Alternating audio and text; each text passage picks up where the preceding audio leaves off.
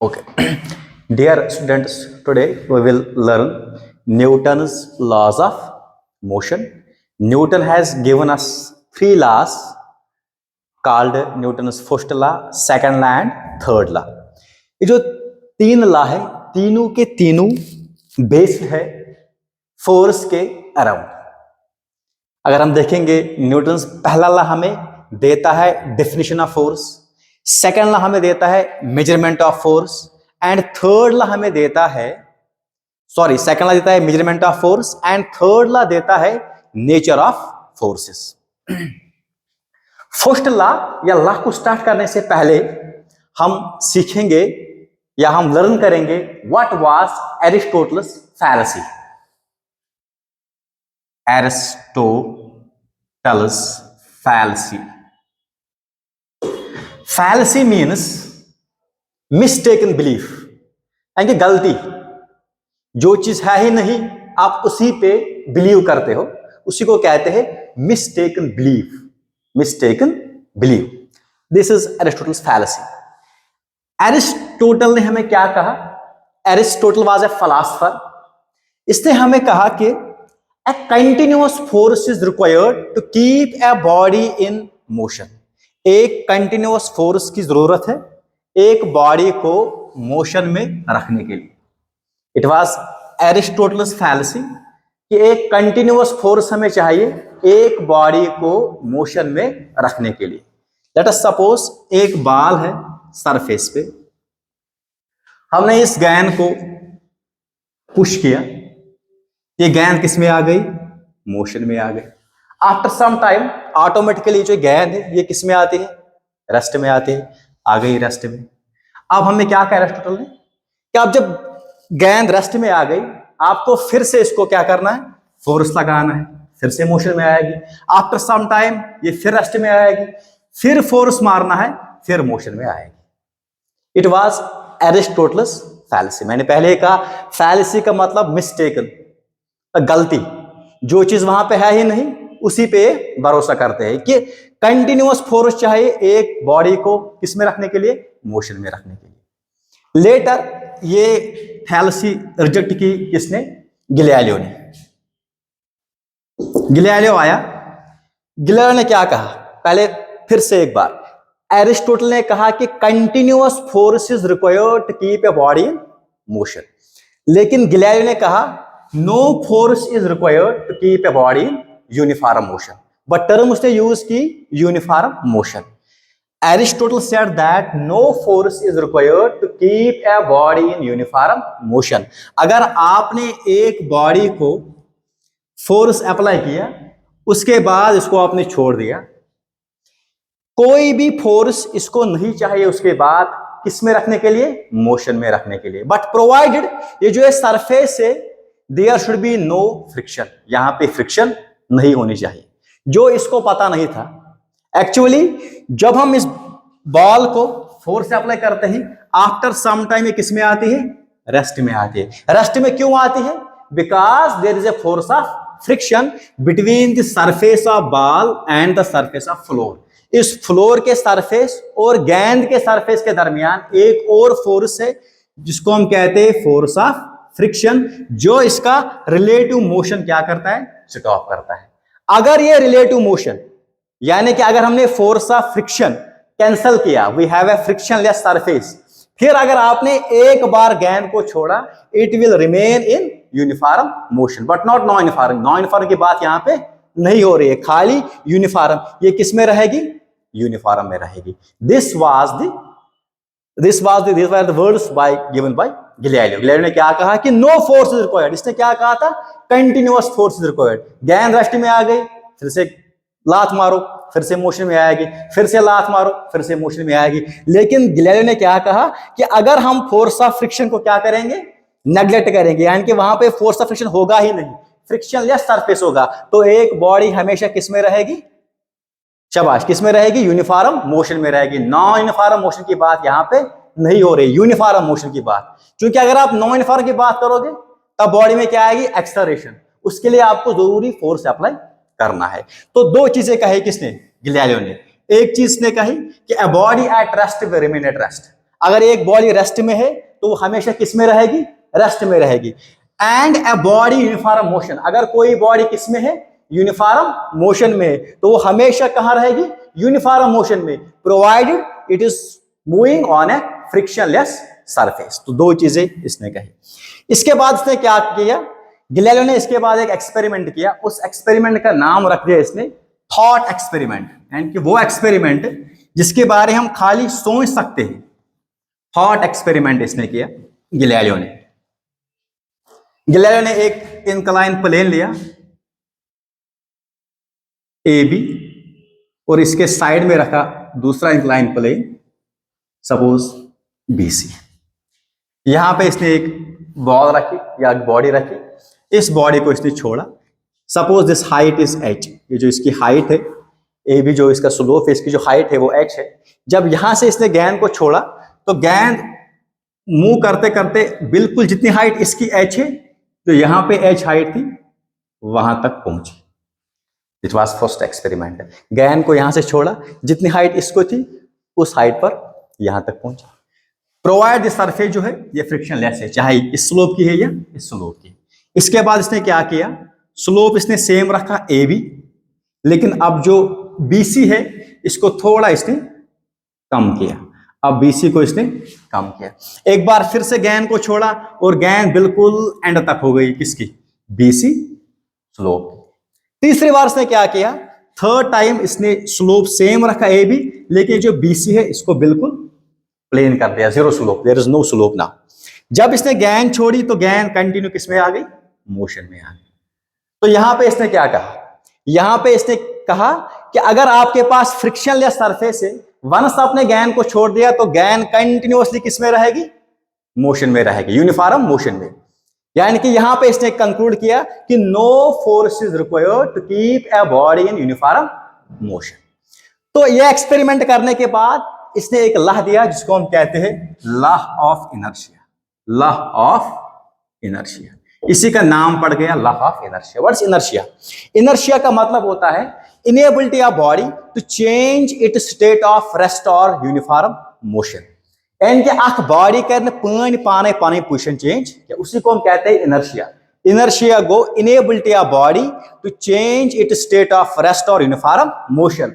अख बॉडी कर पाने पाने पोजिशन चेंज कहीं ते। अगर अख बॉडी रेस्टस मन रोज हमेशा रेस्टस मं, अगर अख बॉडी मोशन मं यानी कि यूनिफॉर्म मोशन मं, ये रेस्ट में नहीं आएगी, या ये यूनिफॉर्म मोशन से एक्सेलरेटेड मोशन में नहीं आएंगी। उसी को हम कहते हैं law of inertia. Inability of body to change it state of rest और यूनिफॉर्म मोशन, और इवन डायरेक्शन, या अपनी डायरेक्शन ऑटोमेटिकली चेंज नहीं कर सकती है।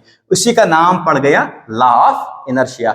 सो according to law of inertia given by Galileo, inertia means inability of body to change its state of rest or uniform motion। और in other words हम क्या कहते हैं, other words में हम क्या कहते हैं, inertia is the opposition or resistance offered by body to change its state।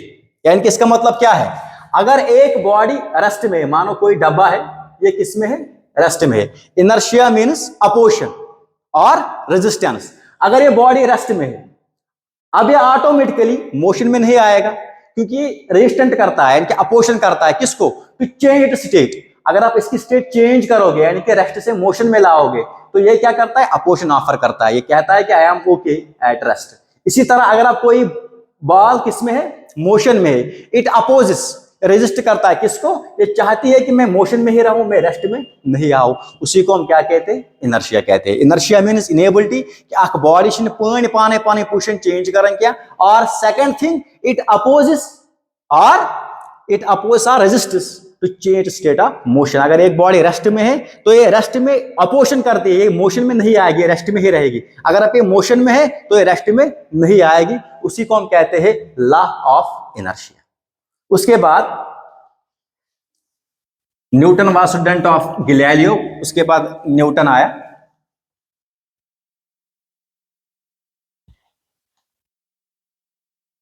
यहां तक हमने क्या सीखा, दो चीजें।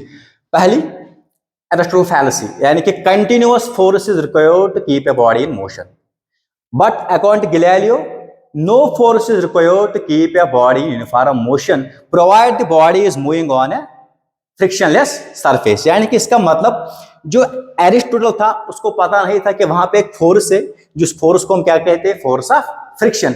एक्चुअली जो हम गेंद को फोर्स लगाते हैं, जो किसने कहा था, एरिस्टोटल ने, कि आपको अगर गेंद को किस में लाना है, मोशन में लाना है, आपको क्या करना है, कंटिन्यूस फोर्स अप्लाई करना है। वो जो हम फोर्स अप्लाई करते हैं वो हम एक्चुअली कैंसल करते हैं, क्या, फोर्स ऑफ फ्रिक्शन। वो हम अप्लाई करते हैं in order to cancel force of friction. तो somehow Aristotle was right, but उसको डिफाइन करना नहीं आया what actually the scenario is. उसके बाद कौन आया, न्यूटन। न्यूटन ने क्या दिया, पहला law, Newton's first law, Newton's first law of motion. See Newton ने क्या कहा, every body continues in it state of rest और यूनिफॉर्म मोशन। फिर से वही वर्ड्स जो एक्चुअली गैलीलियो ने कहा कि एक बॉडी हमेशा किस में रहेगी, रेस्ट में रहेगी, या एक बॉडी हमेशा किस में रहेगी, मोशन में रहेगी, अनलेस अनटिल, जब तक हम इस पे फोर्स अप्लाई ना करेंगे। एक बॉडी या तो हमेशा रेस्ट में रहेगी, एक बॉडी हमेशा किस में रहेगी, मोशन में रहेगी, बट किस मोशन में, यूनिफॉर्म मोशन में, जब तक कि हम इस पे कोई फोर्स अप्लाई ना करेंगे। देखो अगर हमारे पास एक टेबल है, एक टेबल पे हमने बुक रखी, बुक टेबल पे है, इस पे कितने फोर्स से, 2 फोर्स आर देयर। पहला फोर्स है नीचे जिसको हम वेट कहते हैं, और ऊपर है नॉर्मल रिएक्शन, दोनों इक्वल है, R is equal to W। So net force जो इस पे क्या है, वो 0 है, because we can write R equal W, R minus W equal to 0। तो बॉडी पे नेट फोर्स क्या है, 0 है। जब बॉडी पे नेट फोर्स 0 है तो बॉडी किस में है, बुक किस में है, रेस्ट में है, तो रेस्ट में ही रहेगी। अगर एक बॉडी किस में है, मोशन में है, तो मोशन में ही रहेगी, लेकिन किस मोशन में, यूनिफॉर्म मोशन में, जब तक कि हम उस पर फोर्स अप्लाई ना करेंगे। अगर हम देखेंगे this Newton's first law is also called law of inertia, इसको भी हम क्या कहते हैं, लॉ ऑफ इनर्शिया। दोनों सेम है बट डिफाइन अलग तरीके से किया। गैलीलियो ने क्या कहा, गैलीलियो ने कहा कि it is inability of body to change it state of rest और मोशन। एक बॉडी अपनी पोजीशन खुद चेंज नहीं कर सकती। अगर आख बॉडी से रेस्टस मस यीन पाने मोस्टमस, अगर ये मोस्टमस यीन पाने रेस्टस मस या टीवो न्यूटन अंते एवरी बॉडी कंटिन्यूस, आख बॉडी हसा रोज हमेशा कथ मस, रेस्टस मस, या आख बॉडी हमेशा कथ मस, मोस्टमस, योताम ना फोर्सेस अप्लाई करो। तो दोनों का सेम है बट जो डिफाइन करने का तरीका है वो अलग अलग है। Now see, 2 things are here. One is कि a body at rest will remain at rest. ये हम सबको पता है, अभी मैंने इसके एग्जांपल दी। बुक किस पे, टेबल पे है, 2 फोर्स है R एंड W, दोनों इक्वल है तो 0, तो बुक रेस्ट में रहेगी। अब जो दूसरा है कि एक बॉडी किस में है, मोशन में है। यहां पे देखो, नाउ दिस केस, एक बॉडी किस में है, मोशन में है, लेकिन ये हमेशा किस में रहनी चाहिए, मोशन में रहनी चाहिए, जब तक कि हम इसको अप्लाई फोर्स ना करेंगे। तो फिर जब हम गेंद फेंकते हैं ग्राउंड पे तो आफ्टर सम टाइम में किस में आती है, रेस्ट में आती है, लेकिन ये होनी चाहिए किस में, मोशन में। लेकिन अभी मैंने आपको कहा जब गेंद चलती है फ्लोर पे तो इन अपोजिट डायरेक्शन एक और फोर्स आता है, उसको हम बोलते हैं फोर्स ऑफ फ्रिक्शन। वही फोर्स ऑफ फ्रिक्शन एक्चुअली क्या होता है, एक्सटर्नल फोर्स होता है जो इस गेंद को किस में लाता है, रेस्ट में लाता है।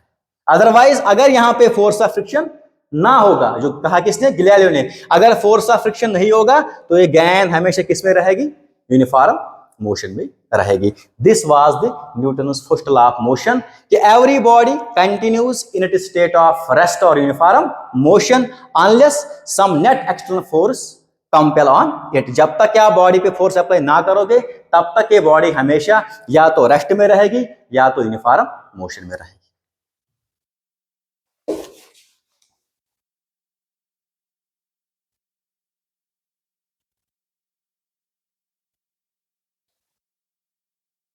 न्यूटन सेकंड लॉ जानने से पहले हम यहां पे टर्म में डिफाइन करेंगे जिसको हम कहते हैं momentum, because second law is based on momentum. Momentum क्या होता है, मोमेंटम अगर हम इसकी देखेंगे फिजिकल मीनिंग, बाद में डिफाइन करेंगे मैथमेटिकल मीनिंग। फिजिकल मीनिंग है मोमेंटम की amount of motion in a body. एक इस बॉडी में कोता रफ्तार दाउद, ताकत कितना है मोशन का, उसी को हम कहते हैं मोमेंटम। मोमेंटम को simply amount of motion contained in a body, contained in a body. एक इस बॉडी को रफ्तार डाउन, उसी को हम कहते हैं मोमेंटम। अब हम यहाँ पे देखेंगे मोमेंटम किस किस चीज पे डिपेंड करता है। मान लो यहाँ पे एक स्लोप है और स्लोप पे दो बॉडीज है, दो बॉडी है, दोनों बॉडीज का मास सेम है, इसका मास भी m है और इसका मास भी m है। अब फर्क किस में है? ये जो बॉडी, सपोज इसका बॉडी a नाम रखेंगे और इसको हम कहेंगे b। बॉडी a की स्पीड v1 है और ये v1 ज्यादा है बॉडी b की, इसकी स्पीड v2 है। दो बॉडीज है, मास सेम है, लेकिन एक की वेलोसिटी v1 है और दूसरे की v2 है। v1 मीन्स कि v1 ज्यादा है एज कंपेयर टू v2। अगर आप यहां पे हो तो दोनों बॉडीज यहां से आ रही है, मास सेम है, लेकिन एक का वेलोसिटी ज्यादा है, एक का कम है। किस बॉडी को ज्यादा फोर्स चाहिए रोकने के लिए? सिंपल सा लॉजिक है। अगर तो ये बिहेचु अख बॉडी पकन तेज, बैक बॉडी पकन वार वार, यस बॉडी तेज पकि अत लग ज्यादा फोर्स रकामस, यथ बॉडी स्लो पकन हेको अत फोर्स था। ठीक है, तो इट मीन्स अगर वेलोसिटी ज्यादा है तो मोमेंटम ज्यादा है, अगर वेलोसिटी कम है तो मोमेंटम कम है। तो यहां पे एक thing, momentum is proportional to velocity. अब फिर से यही, अब हम फिर से ये स्लोप लेंगे। अब फिर से दो गेंदे हैं, इसका मास m1 है और इसका मास m2 है। इस बार दोनों की वेलोसिटी सेम है। अब वेलोसिटी सेम है, which velocity same but mass different, which m1 ज्यादा as compare to m2। Velocity same, दोनों वही बाल पकड़ वन स्लोपस पे, ठीक है, बट अच्छे मास ज्यादा। अगर तुम पहाड़स बोन कन पहाड़ पे वह जन अख लकट ब्या बड़, ठीक है, सह बड़ कन ओबियसली तथ लग ज्यादा फोर्स रकावनस। तो यहाँ पे मास इसका ज्यादा है, तथ लग ज्यादा फोर्स रकावनस। It means momentum proportional to mass. Movement is proportional velocity, momentum is proportional mass. So अगर हम देखेंगे from first and second, this momentum is proportional to mass into velocity. It means we can define momentum as product of mass into velocity. Physical meaning क्या है? Physical meaning है amount of motion contained in a body. और mathematically we can define momentum as product of mass into velocity. Product of mass and velocity. अब हम इसका निकालेंगे unit. What is the unit of momentum? क्योंकि momentum equal है mass into velocity, इसका जो SI unit होगा, एसआई यूनिट मास का है किलोग्राम और वेलोसिटी का है मीटर पर सेकंड, किलोग्राम मीटर पर सेकंड। अगर हम इसके बाद निकालेंगे इसका डायमेंशन, तो डायमेंशन क्या आएगा? Mass is a fundamental quantity, खुद m है, एंड वेलोसिटी, वेलोसिटी हम लिखते हैं डिस्प्लेसमेंट अपॉन टाइम। तो डिस्प्लेसमेंट क्या आएगा? लेंथ आएगा upon time. So dimension will be ml, t ऊपर जाएगा तो t inverse, so m1 l1 t minus 1 is the dimension of momentum. तो सेकंड ला डिफाइन करने से पहले मैंने आपको क्या पढ़ा है? Momentum. Momentum is simply amount of motion in a body, और we can say momentum is product of mass into velocity. अब देखो न्यूटन, यस सर, क्वांटिटी ऐसी है जिसका मोमेंटम सेम है, जिसका डायमेंशन फार्मूला सेम है as that of momentum, dimension is same as that of momentum. I think ये question बार-बार देख रहा था। yes I have, I think, but here I think work या टॉर्क, वर्क का नहीं है, टॉर्क का है, एनर्जी का है, वर्क का सेम है। मोमेंटम एंड डायमेंशन किस क्वांटिटी के साथ सेम है, मोमेंटम का डायमेंशन किस क्वांटिटी के साथ सेम है? का तो आएगा ना सर, जैसे ml2 - 2 वर्क एनर्जी का भी आएगा। Momentum torque I think impulse का, I think we find impulse का निकालेंगे। इम्पल्स का अगर हम निकालेंगे तो इम्पल्स आता है फोर्स इंटू टाइम। अगर हम फोर्स का देखेंगे तो ml(t-2) यस इंटू t1, तो यहाँ पे बन जाएगा ml(t-1). यस, इम्पल्स का और मोमेंटम का सेम है डायमेंशन फार्मूला।